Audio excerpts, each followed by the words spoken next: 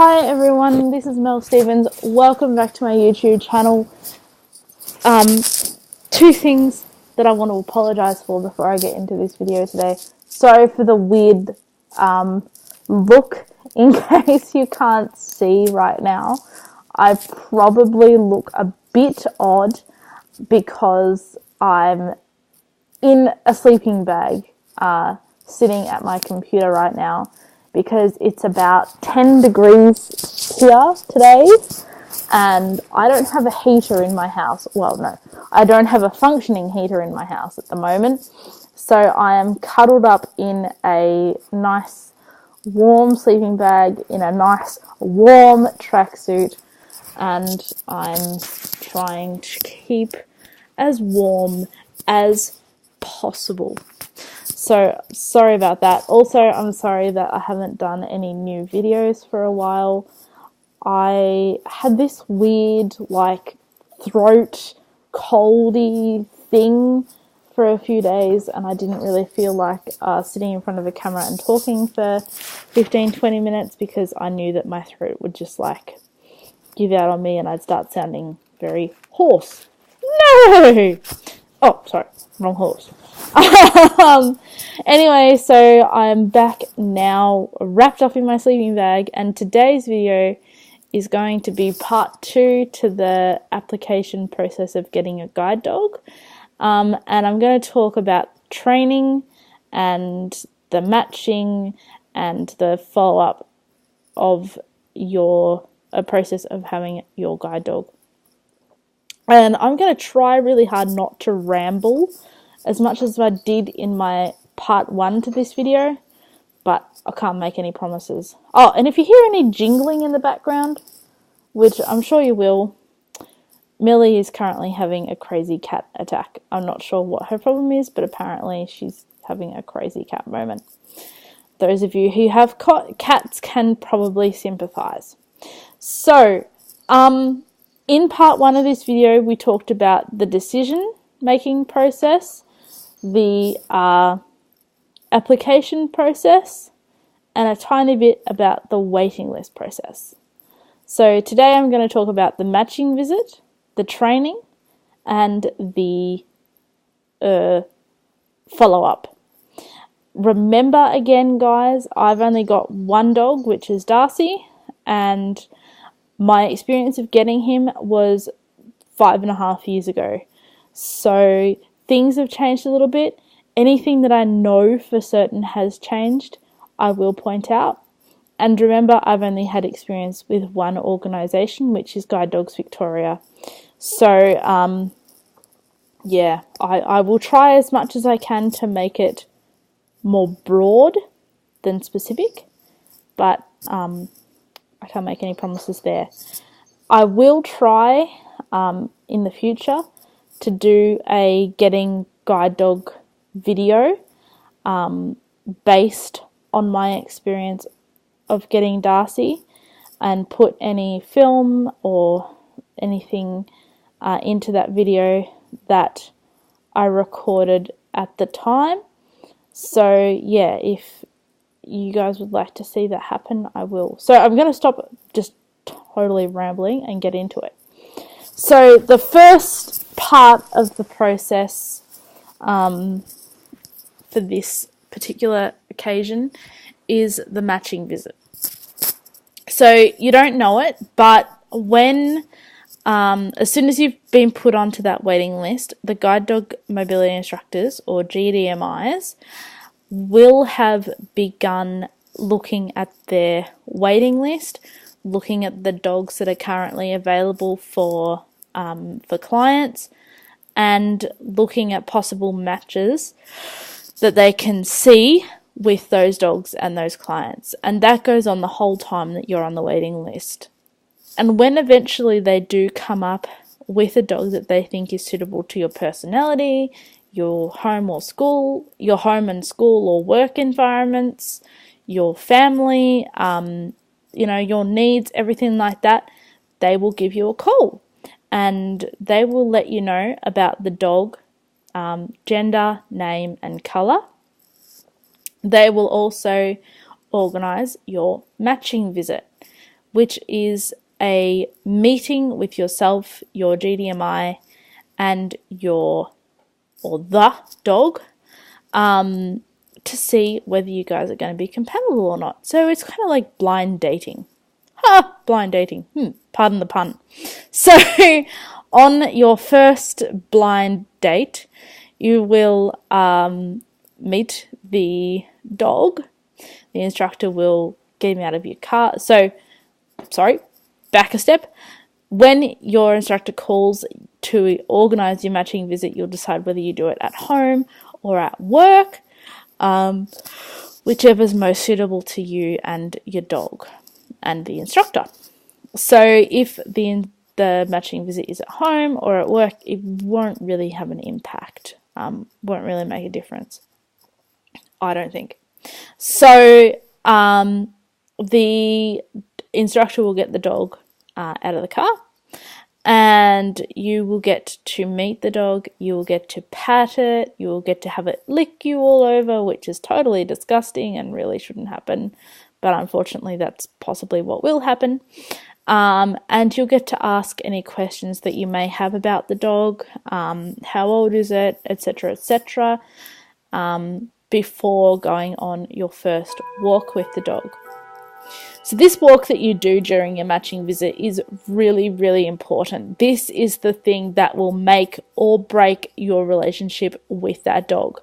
This is the decider. This is the moment. Oh, sorry. Pardon me. Going into Jekyll and Hyde songs now.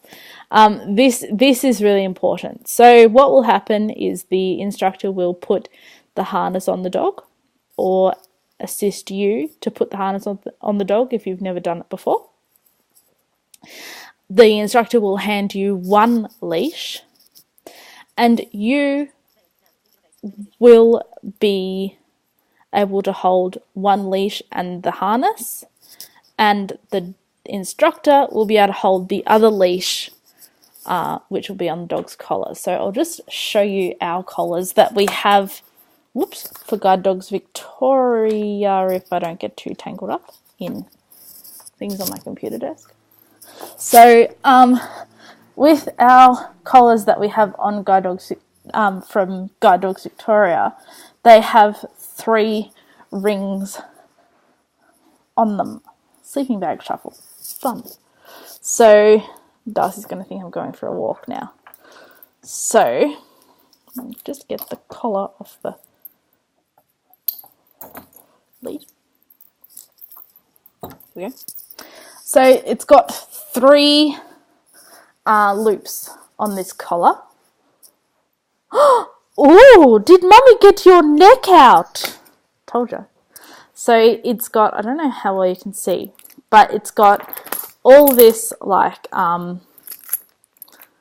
webbing material, and then it's got this little tiny piece of chain. So what the instructor will do on your matching visit, and also during the first week or so of your class, is they will have your lead on this ring here. Hope you can see your lead on this ring here, and they will have a lead on this ring here, which is one of the other outside rings to the collar. And that is so that if something goes wrong, they can control the dog. Because remember, this is the first time that you've worked this dog, and it's possibly the first time that you've worked a dog at all. So they will need to have control of that dog for you in case something goes wrong, as I said.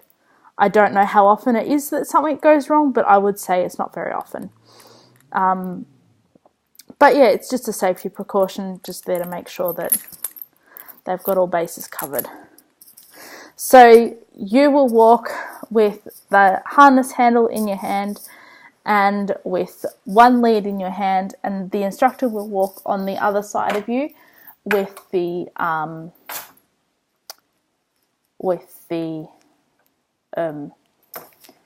other lead in their hand. I'm sorry, darling, we're not going anywhere. I'm sorry.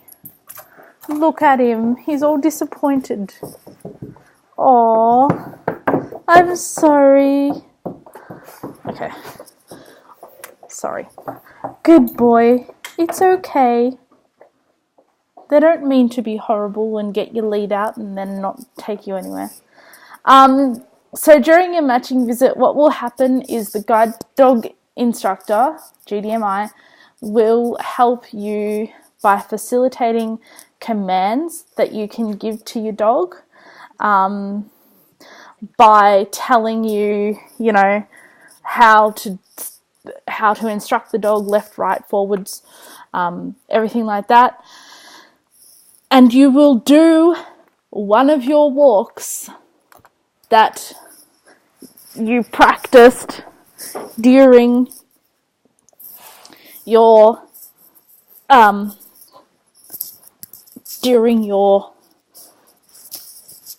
application process. So when you return from that walk, good boy, Das. When you return from that walk, your instructor will most likely have made up their mind whether you're going to proceed with that particular dog, or whether, unfortunately, you have to wait for another dog. Sorry, I'm getting warm because it's freezing. So the instructor will have been making mental notes during the whole walk, trying to decide how you and the dog are getting on. Mildred! Sorry, my cat's just gone absolutely berserk. So, now the other dog's coming here. Hello, dog. So the instructors will have been noticing that the dog's listening to you, that you're listening to the dog well, that it's paying attention and that it's doing their job properly. And when you get home or wherever, the instructor will tell you that decision that they have made. If the decision is that yes, you can proceed with that dog, they will inform you about your training class. They will tell you dates, and while you're waiting for your class to begin, you'll be given any other paperwork that you may need to fill out, like forms and stuff. You'll also be given information about the training centre or accommodation where you're staying. Once again, I did mine on campus at Guide Dogs Victoria, in their training centre, which is called Arnold Cook House, or ACH. So they sent me information about ACH, and they, So then you pack for your training class, and, you get all organised. Then when the date of your training arrives, you go to, in my case, Arnold Cook House, or wherever you're meant to be going for your class, and you spend probably most of the morning getting oriented to your room, getting oriented to the other parts of the centre, meeting the other people who you're on class with. You will probably be on class with between 1 and 5 other clients, with 1 to 2 other instructors. So there'll be there'll be yourself and maybe 1 other client working with your instructor. Then there might be 2 other clients working with 1 other instructor at the same time. And that's how they usually do a on-campus class with Guide Dogs Victoria. So then when you have been orientated to the facility, you'll get your dog and your dog's equipment. So most, if not all, of the first day is basically orientation and learning about the dog, how to do basic things with the dog, how to walk with it on lead at heel, how to feed it, how to toilet it, how to, settle it into your room. And sometimes you don't even get to spend the first night of having your dog with the dog actually in your room. Some instructors, and I don't know whether this has changed since I did mine or not, but some instructors will actually take the dog. You'll get the dog at about lunchtime, for example, and then some instructors will take the dog back, after only having had it for 4 or 5 hours in the afternoon, back to the kennels. So it depends on your instructor and the situation that you're in. So then if you need to get the dog back in the morning, they will, but if not, you will spend the first morning toileting it, feeding it, doing all that kind of stuff, and then you will go possibly for your first walk in harness. This walk will be one-on-one, controlled with the leash, in what is called a residential area, so like just houses, and it will probably just be in a square, like just around the block. And this will basically be consistent for the first week. You'll probably do 2 maybe 3 walks a day, and they will most likely all be in residential areas. The first few walks will be with the leash connected to the dog's collar, and you may or may not be taken off that spare leash in the first week. It depends on your progress, the dog's progress, and a whole heap of variables. So by the end of the first week, you will have done heaps of block travel or residential travel. You may have done a little bit of semi-business travel, so like strip shops, and you will most likely be off the spare leash by Friday of the first week. So Guide Dogs Victoria, it's only Monday to Friday that you do your training. And when I did it, it was 4 weeks. It is now 3 weeks. So on the weekend, you go home on Friday afternoon. Then your dog goes back to the kennels on Friday afternoon. You spend the weekend at home, and then you go back first thing on Monday morning and get the dog back on Monday morning. So, and that's how it works for the 3 or 4 weeks that you're there. So on the second week, you will return to Guide Dogs. You'll do the second week worth of class. You will probably do heap more semi-business travel. You may start going into cafes to have coffees. I don't know whether it's peculiar to Guide Dogs Victoria or not, but GDMIs love their coffee. You will possibly spend a lot of time drinking in coffee shops when you're on class. It was definitely a highlight of my class, and I loved it. So you will probably start going to your first cafe in the second week. You will probably do a lot more strip shops. You may even do a little bit in a shopping centre or even busier strip shops. You're not pulling at my couch with your claws, are you, cat? Okay, sorry, my cat's just being really bad today. And you will definitely be off the leash by the time the second week has begun. And you'll probably also start doing a lot more walks, especially quieter residential walks. You'll start doing those a lot more often in your whole group instead of one-on-one with your instructor. So by the third week, you're really starting to ramp things up. You're probably doing a lot more shopping centres. You're most likely doing your walks, all of you together, your whole group together, are most likely doing your walks at the same time instead of one-on-one. As I said, you're probably going into shopping centres more. You may be starting to get public transport a little bit. You will definitely have gone into coffee shops by then. And yeah, things will really be ramping up by now. You'll be doing a lot more independence travel. And because Guide Dogs Victoria's training is now only 3 weeks, you'll also go into the central business district. So like here in Victoria, it's Melbourne, Australia, and you will do walks in the city.